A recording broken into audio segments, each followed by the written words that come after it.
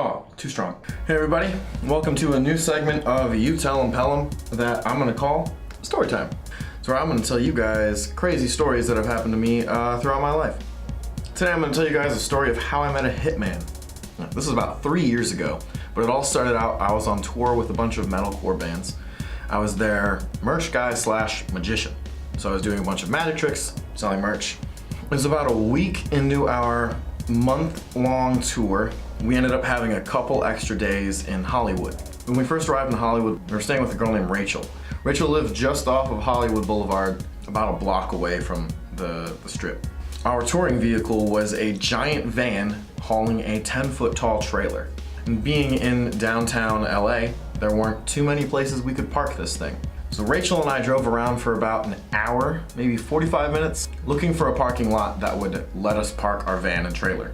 After those 45 minutes, we went back to Rachel's place. We swapped out with one of the other band members so that they could take a turn looking. And as I was climbing out of the car, I dropped my phone and it hit the pavement flat. Absolutely no bounce. The drummer Aaron and I just kind of looked at each other after it happened like.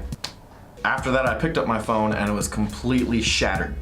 No recovery. Some people can get away with some cracks in their phone. That was not the case. I ended up messaging my parents on my laptop, who I was still living with at the time, that my phone was completely shattered and that I wouldn't be able to text them very much until we got to places.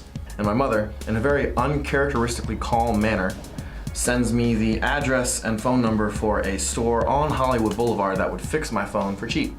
I called them, said they could fix it in about half an hour, and I told them I'd be right there. My mother warned me not to go alone, so I did.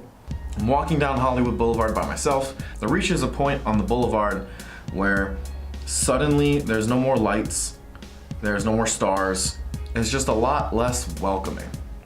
Also bear in mind that this is around 9 o'clock at night.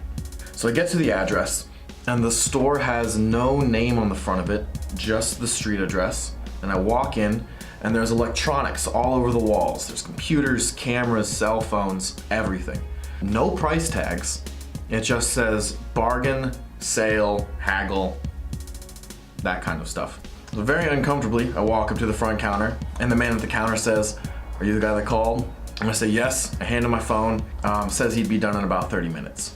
After about 20 minutes, he comes back out with the phone, and all of the wires are connected to the phone for the new screen, but the screen itself isn't attached.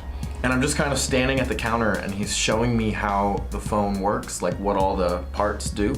And as I'm standing at the counter, a man walks in the door. So if I was to ask you to describe what you think a hitman would look like, I imagine he'd look something like this. Shaved head, long black trench coat, prison tattoos all over his hands, carrying a duffel bag, and 2 filled-in teardrop tattoos right next to his eye.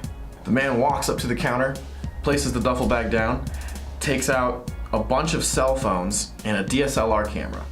Some of the cell phones had pink rhinestones on it, and the DSLR was like a $3,000 camera.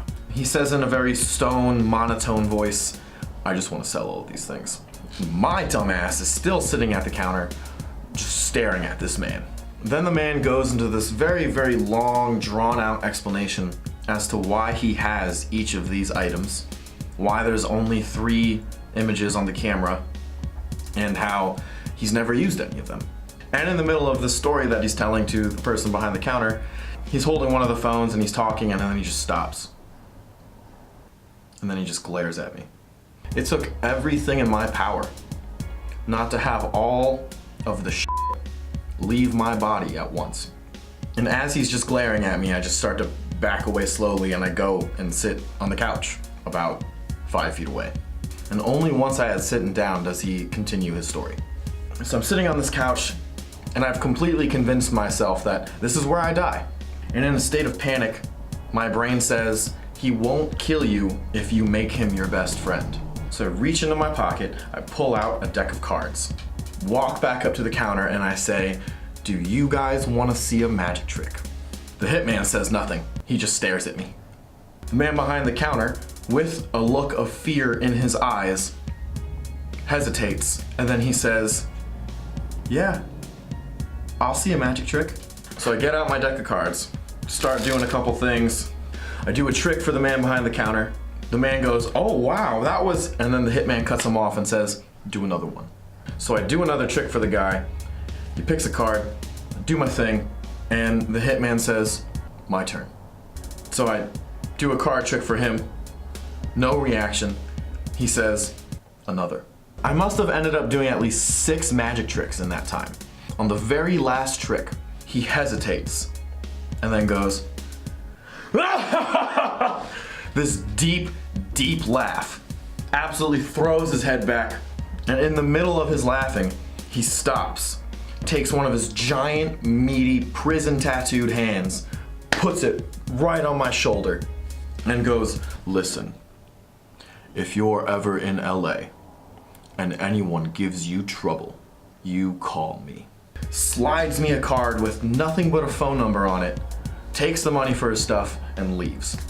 So then the man behind the counter finishes my phone, looks at me and says, "Don't call him." So I take my phone, I pick up all of the bricks that I just shit out, carry them back to where we were staying, call my mom, and I say, "Mom, I have a really good story for you. It's just not funny yet." I think about a year later, I was still living in Wisconsin. I went out with my friends, got a little too drunk. I end up calling that number, only to be met with "the line has been disconnected." And that's the story of how I met a hitman. I hope you liked it. If you enjoyed this storytime video and you want to see more, be sure to hit subscribe. I also just put out a brand new album on iTunes and Spotify. It's called Feelings and Logistics. You can check it out. Thanks for sticking around. My name's Pelham, and I'll see you next time. Bye! All I need from you is silence.